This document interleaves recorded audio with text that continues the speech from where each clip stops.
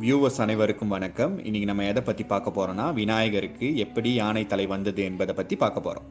இந்து மதத்தில் மிகவும் பிரபலமான கடவுளாக விநாயகர் கருதப்படுகிறார். காரணம், இவர் மனித முகத்தை கொண்டிருக்காமல் யானை முகத்தை கொண்டிருக்கிறார்.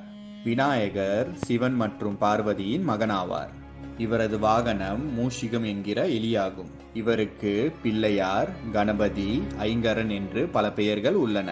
விநாயகர் பிறந்த தினத்தையே இந்துக்கள் விநாயகர் சதுர்த்தி என்று கொண்டாடி வருகின்றனர்.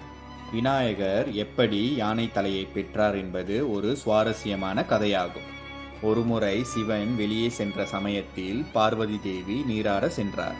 அப்பொழுது குளிக்க சென்ற பார்வதிக்கு காவல் காக்க ஒருவரும் இல்லை என்பதால் தனது நீராட்டுக்காக வைக்கப்பட்டிருந்த மஞ்சளை எடுத்து ஓர் உருவத்தை உருவாக்கி தனது சக்தியால் அதற்கு உயிர் கொடுத்தார். பார்வதி தேவியை படைத்து உயிர் கொடுத்ததால் அவ்வுருவம் அவரது பிள்ளையானது. யார் வந்தாலும் உள்ளே நுழைவதற்கு அனுமதிக்க கூடாது என்று பிள்ளையாருக்கு அறிவுறுத்திவிட்டு பார்வதி குளிக்க சென்று விட்டார். அந்த நேரத்தில் சிவன் பார்வதியை காண மீண்டும் கைலாயத்திற்கு வருகிறார். பார்வதியை காண வந்த சிவனை உள்ளே நுழைய பிள்ளையார் அனுமதிக்கவில்லை. இதனால் கோபம் அடைந்த சிவன் பிள்ளையாரிடம் போர் புரிகிறார். இறுதியில் சிவன் பிள்ளையாரின் தலையை வெட்டிவிட்டு உள்ளே செல்கிறார்.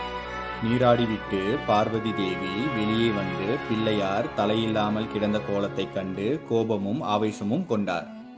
தான் உருவாக்கிய பிள்ளையாரை சிவனை கொன்றுவிட்டதை அறிந்த பார்வதி காளியாக மாறி வெளியே சென்று மூவுலகிலும் தனது கண்ணில் பட்ட அனைத்தையும் அழிக்க தொடங்கினார். காளியின் ஆவேசமான இரத்தவெறி ஆட்டத்தை கண்டு பயந்த தேவர்கள் சிவனிடம் சென்று முறையிட்டனர்.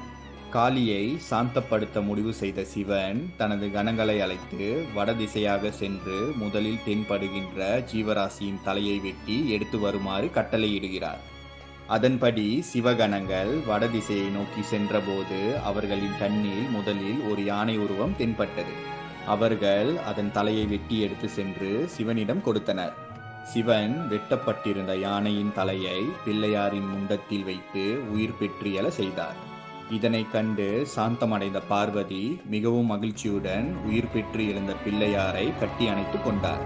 யானை தலையை பெற்ற பிள்ளையாருக்கு சிவன் கணேசன் என பெயர் சூட்டி தனது கணங்களுக்கு தலைவராக நியமித்தார். இப்படியே பிள்ளையார் யானை தலையை பெற்றார். இந்த வீடியோ பிள்ளையார் எப்படி யானை தலையை பெற்றார் என்பதை பற்றி சிறிய தகவல் உங்களுக்கு கொடுத்துருக்கோன்னு நம்புறேன். மீண்டும் அடுத்த வீடியோவில் உங்களை சந்திக்கிறேன். நன்றி, வணக்கம்.